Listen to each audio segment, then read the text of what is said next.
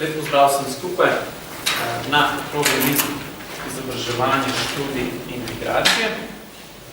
Ta okrogla miza je del projekta Migration to the Center, ki se ga izvaja ena mednarodna skupina, izvaja se v 5 državah, Češka, Slovaška, Poljska, Madžarska in Slovenija. In v sklopu tega projekta želimo malo pomerjati izkušnje z integracijo migrantov v teh 5 državah. Projekt podpira program Evropa za državljane. Danes bomo govorili, se pravi, o migracijah v povezavi z izobraževanjem in z nami so, če bom prav zapisal, ne po tem vrstnem redu, Uršula Lipovac-Čebron, predavateljica na Filozofski fakulteti Univerze v Ljubljani, potem Mojca Pajnik, predavateljica na Fakulteti za družbene vede Univerze v Ljubljani in raziskovalka na Mirovnem inštitutu, potem Dejan Blatak, študent Univerze v Ljubljani, Irena Kuntarič-Hribar z Ministrstva za delo, družino, socialne zadeve in enake možnosti in pa gospod Živko Banec z Ministrstva za izobraževanje. Namreč, da so politike trga dela in znotraj tega, tudi politike izobraževanja na področju migracij, kanalizirajo migrante, v neke nižje poklice. V nekvalificirane poklice največ migrantov zaseda, vemo, delovna mesta v gradbeništvu, v skrbstvenem sektorju, skratka v prekarnih zaposlitvah. Se pravi, država izraža interes z politikami za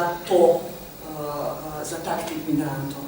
Posledica je, kar kaže številne raziskave v Sloveniji, zelo, bi rekel, visok problem tako imenovane dekvalifikacije, deskillinga. V bistvu, da imamo v Sloveniji zelo veliko migrantov, ki imajo visoko izobrazbo, ki imajo doktorate in tako naprej in opravljajo dela na črno v prekarnih sektorjih in tako naprej. Mogoče tukaj samo da podkrepim s podatkom iz Eurostata za lansko leto, pokaže, to nisem slovenski sindrom, evropski, pokaže v bistvu, da je ta podkvalificiranost migrantov v primerjavi z etnično večino 40 do 50% v primerjavi z 20% za etnično večino. Torej, tukaj jasno vidimo na ravni Evropske unije, da z migracijsko izobraževalnimi politikami mogoče to govori. Jaz bi mogoče na hitro orisala ta problem. Dejstvo je, da do 31.12.2011 državljanstvo Republike Slovenije ni bil pogoj za pridobitev državne štipendije. Torej smo imeli neko prakso, ko državljanstvo ni bilo osnova za, ni bilo noben primer pogoj. S 1.1.2012 pa se začne uporabljati zakon o uveljavljanju pravic iz javnih sredstev, ta znani ZUJPS, in kot pogoj določi državljanstvo Republike Slovenije. Zdaj, pomembno je to tudi vedeti, da je ta zakon razveljavi določbe zakona o štipendiranju, tako da lahko za katerokoli štipendijo zaprosijo samo državljani Republike Slovenije in Slovencev za zamejstvu. Ostali pa samo pod pogojem vzajemnosti na podlagi sklenjenih meddržavnih sporazumov. Torej, ta zakon je bil vključen pri tem v bistvu ukinitvi državnih štipendij, tudi vplivu na druge nivoje. Zdaj zgodi se ta prehodni režim.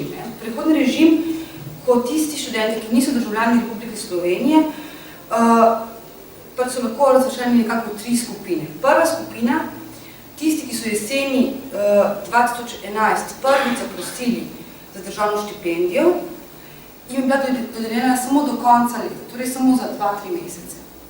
Drugi, ki so že imeli državno štipendijo in so izpolnjevali pogoje za prejemanje te štipendije, je bila njim dodeljena štipendija še za naslednje leto, torej do konca študijskega leta 2011-2012. In potem tisti, ki so prejemali svojsko štipendijo, so jo obdržali do konca študija. Tako da, vidite, tako se že zgodi v bistvu na nek način razdelitev v več skupin in kot bo Dejan kasneje povedal, ima to pomembne posledice. Kar se mi zdi pomembno takoj poudariti, je, da ta ZUJPS je v delu, ki ureja štipendije, diskriminatoren in je gotovo neustaven. se krši načelo enakosti 14. člena ustave in pa tudi nedopustno posega v pravico do svobodne izbire poklica iz drugega odstavka 49. člena ustave. Tako da jasno je, da pač gre za neko neustavno situacijo, ki diskriminira na podlagi državljanstva. Zanimivo je pa to, da je nekdanji rektor Stanislav Pejovnik, torej nekdanji rektor Univerze v Ljubljani, bil morda bolj konstruktiven in je takoj obljubil sklad za pomoč študentom, ki so dali brez štipendij in dejansko so pač v nekaj mesecih dobili enkraten znesek 500 evrov. Torej enkratno poudarjam, tudi mislim, da bo dajem bolj tačno razložil, kako je poteklo to zbirno denarja, ki je tudi precej vprašljivo. Pejovnik je obljubil marsikaj, tudi da bo ustanovil sklad znotraj Ad Future za internacionalizacijo univerz, pa tudi, da se bo zavzemal za spremembo zakonodaje. Zdaj ne bi šla v detajle, dejstvo je, da pač nič od tega se ni zgodilo razen tega, te enkratne pomoči. Oziroma nekih rezultatov ni videti. Študenti smo naredili par protestov, ki žal niso prinesli velikih rezultatov. Kazali smo na to, da državljanstvo res, da znanje nima državljanstva in da nismo tuji študenti, saj smo slovenski študenti. Edini plus od vseh akcij je bila pomoč od rektorja Stanja Pejovnika, ki je naredil akcijo, da se zbere denar za vse, ki so izgubili štipendijo. Po eni strani smo bili srečni, da bo nam nekdo pomagal, po drugi pač je bilo grozno to, ker smo imeli ta občutek, da naokrog prosimo za eno miloščino. Na koncu se je zbralo dovolj denarja, da bi pač fiktivno vsak dobil 500 evrov. Škoda pri tem pa je bila, da ni bilo jasno določenih kriterijev, kdo je upravičen, zdaj za ta denar sploh niso preverjali, če je oseba še vedno v Sloveniji, pač prihajali predavanje in neč od tega. Prvi denar so dobili tisti, ki so se pač prvi prijavili, pač prvi so prišli na prijavo, pač dejansko tisti, ki pač niso bili resni študenti. Pač na koncu so prišli tisti, ki so se dejansko ukvarjali s faksom. Pred par meseci mi se je tudi javila ena punca, ki še vedno te pa se postaja zanimiva. Težava je tudi pri zdravstvu, pač nimamo zdravstvenih zavarovanja. Edino pri hrvaških študenti me je zdaj lažje zaradi evropskih kartic, pač mene zanima, kje pa potem so stari želama. Pač težava je tudi pri študentskem servisu. Imamo samo minimalno olajšavo, to je okoli 2500 evrov na leto, lahko zaslužimo. Če smo starejši 26 let, to se ne upošteva. Če gremo čez mejo, nam ne vzame tistih 14% kot ostalim študentom, vzame nam 25% in mislim, da to enostavno ni fair. V študentskih servisih ne držim na mesto, kjer pač jasno gor pač piše tuji študenti. Trenutno zaradi tega jaz osebno delam za 2,40 € na uro, ki mi vzame tistih 25% in ne moram nič narediti. Pač moje vprašanje je to fair. Lahko slovenski študent, ki prihaja iz tujine, preživi s 2500 evrov na leto. Kot veste, je bilo že danes omenjeno, je se v novembru spremenil zakon o uveljavljanju pravic iz javnih sredstev. Zopet v tem delu je res, da se zopet postavlja pogoj za državne štipendije, da jih imajo lahko samo državljani in Sloveniji. Vse ostale pravice iz zakona o uveljavljanju pravic iz javnih sredstev so pod določenimi pogoji namenjene tudi, se pravi, migrantom ali njihovim družinskim članom. Se pravi, v tem delu govorimo o subvenciji malice in kosila za otroke v vrtcih in dijakih. Potem govorimo o prevozih, potem govorimo o varstvenih dodatkih, potem imamo otroški dodatek tudi pod določenimi pogoji, vendar v tem delu se omenja že rezidentstvo. Tudi pri zakonu o štipendiranju, se pravi, imamo zgodbo državljanov tretjih držav, ki so vsi pridobili rezidentstvo. Se pravi, tisti so pa zopet, pač se jim omogoča, se pravi, vse ostale pravice tudi po zakonu o štipendiranju. Ja, samo državne štipendije. Študentsko delo je še vedno odgovorjeno, subvencija malice, subvencija, gledajte, študentsko delo, se pravi, pravice, ki jih imajo študentje, izhajajo iz statusa študenta. Se pravi, vse, kar nekdo dobi status študenta na enim od visokošolskih zavodov in ko dobi status študenta, je upravičen do študentskega dela, je upravičen do subvencionirane malice, je upravičen do subvencioniranega prevoza. Mislim, da je omejitev pri bivanju, pri dijaških domovih, vendar na to nisem čisto prepričana. Vse ostale pa pravice glede na status pripada. Se pravi, pri državnih štipendijah je pa pač izhajamo iz državljanstva. To je edina zgodba v teh dveh zakonih, kjer izhajamo iz državljanstva. Zdaj bi šel na drug del današnje okrogle mize, sicer na vprašanje otrok iz migrantskih družin. Otroci, ki se priselijo, ponavadi pridejo prvo starši, potem pridejo za njimi otroci. In oni se potem vključujejo v slovenski izobraževalni sistem. Kako je za njih poskrbljeno? Kaj jim država ponuja za to, da je ta prehod iz mogoče šole, ki se je obiskoval v svoji matični domovini, v slovensko šolo, da je čim manj boleč, oziroma čim bolj uspešen, bi prosil gospoda Banca.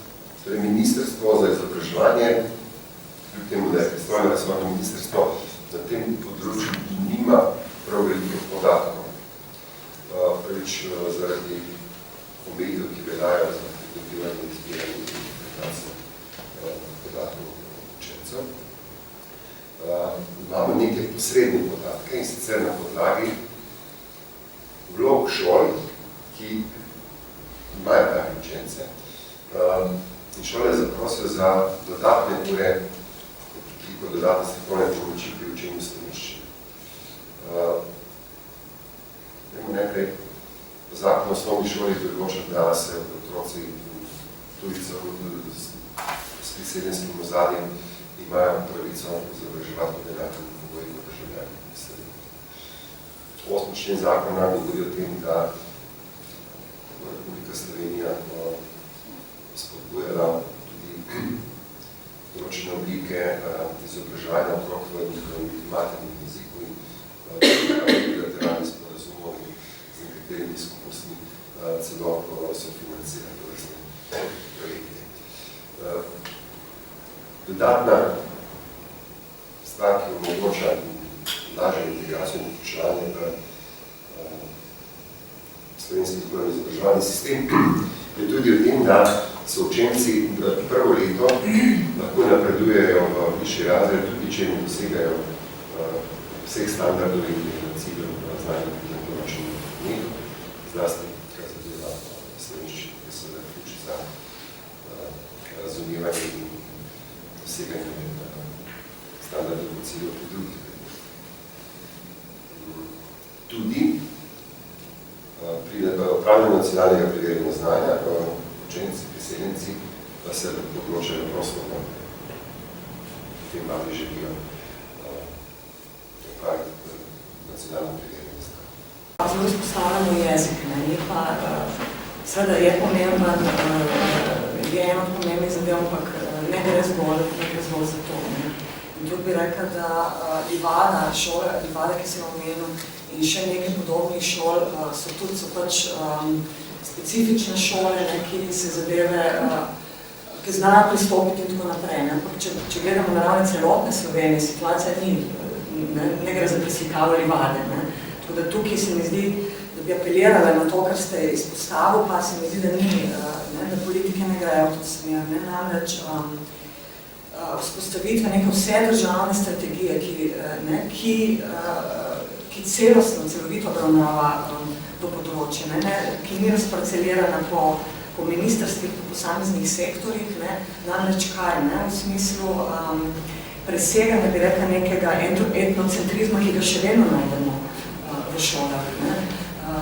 Niso, se pravi, izobraževanje učiteljev, to se mi zdi ključna stvar, da je absolutno premalo narejeno Sloveniji na tem področju.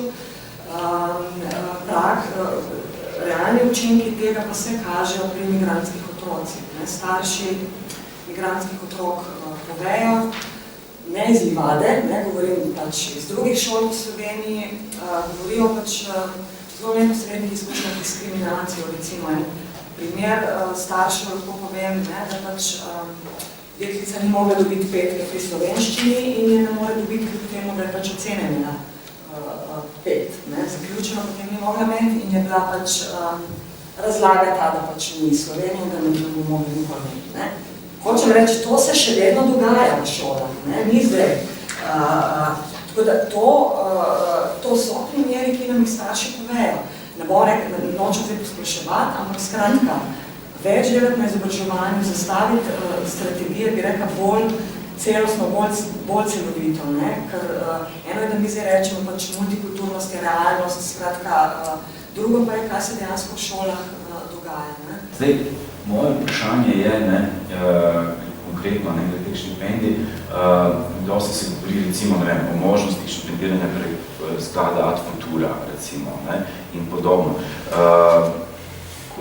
Mene zanima, koliko je in ali so bili kakšni taki razpisi narejeni za študente, ki študirajo na prvi bolonjski stopnji. Ne govorim zdaj o podiplomskih študentih, ali recimo doktorskih študentih, ampak pač ta prva stopnja. Ali dejansko obstaja za njih nek kanal, neka možnost, da do teh sredstev pridejo? Ta zakon, ki se začne uporabljati 1.1.2014, tudi prvič ureja štipendije Ad Futura. Se pravi, prej so bile štipendije urejene v splošnih pogojih poslovanja javnega sklada, zdaj so pa štipendije urejene v zakonu. In pač v zakonu piše, da so štipendije Ad Futura za izobraževanje se lahko dodelijo za srednješolsko, višješolsko ali visokošolsko izobraževanje. Se pravi, programi Ad Future bojo mogli biti temu prilagojeni. Zdaj pa tako, imamo 3 vrste Ad Futurjevih štipendij. Eno je za izobraževanje, kar pomeni za dvig formalne izobrazbene ravni. Eno so študijski obiski, tretje so pa sodelovanje na tekmovanjih, ker pač so posebni razpisi za te zadeve. Razpisi bojo temu prilagojeni, govorimo o Ad Futurjevih štipendijah za Slovence, ki bojo študirali v tujini in za tujce, ki bodo študirali v Republiki Sloveniji. Se pravi, na ta način grejo povezati. Ok, se pravi, v skladu z imenom sklada, Ad Futura, govorimo o prihodnosti. Pravi, do zdaj tega vendar ni bilo. To želim.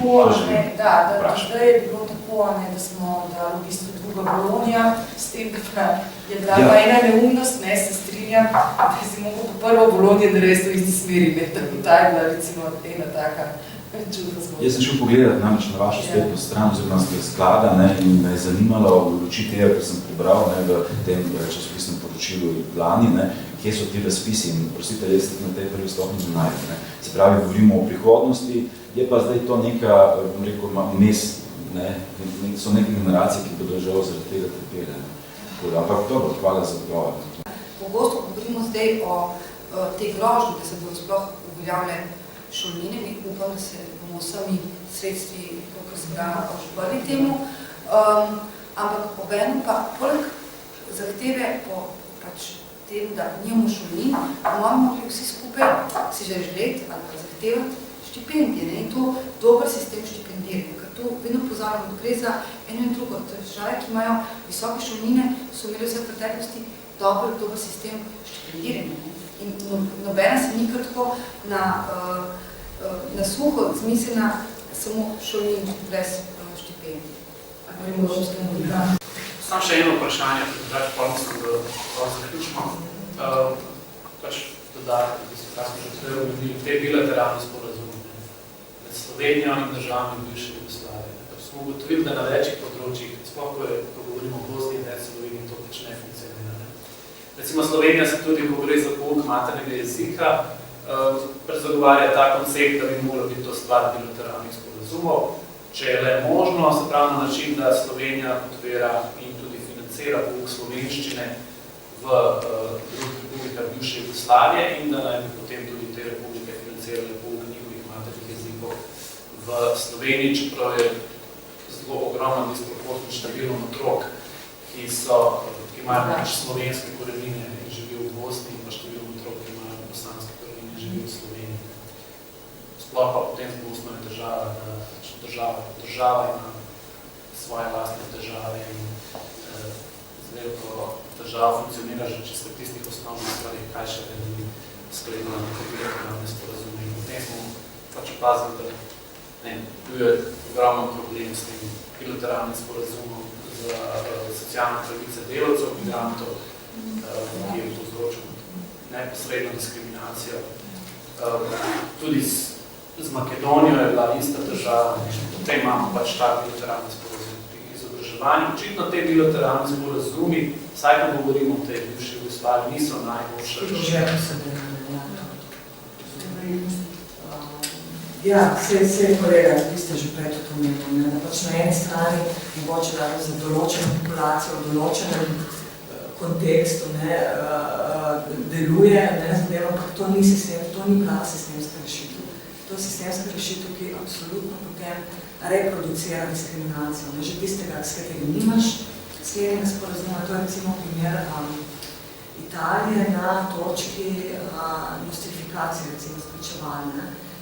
Nostrificira zgolj tista spričevala, kar je še en problem, s katerim se sooča študentska populacija, s katerim ima država podpisan sporazum. Ker je spet to, ki sem jaz svobodno govorila, ta nacionalizacijska in totalitaristična ideologija, ki nekako posrka to populacijo in jo na nek način postavi na milost in nemilost in trgu. Še enkrat zahvalo. Upam, da smo, pač načet smo zelo širok spektr tem, upam, da smo razkrili v dovoljšni meri, kakšen je položaj migrantov v povezavi z izobraževanjem v Sloveniji.